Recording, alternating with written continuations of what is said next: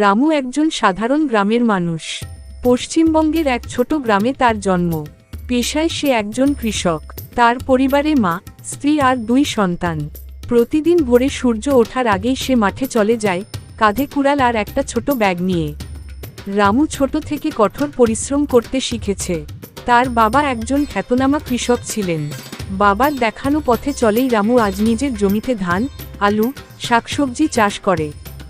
বর্ষাকালে যখন বৃষ্টি হয় তখন সে বেশি ব্যস্ত থাকে।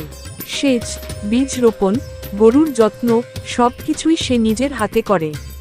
তার জীবন সহজ, তবে আত্মমর্যাদায় পূর্ণ। সে কখনো শহরের চাকচিক্য দেখে প্রলুব্ধ হয়নি।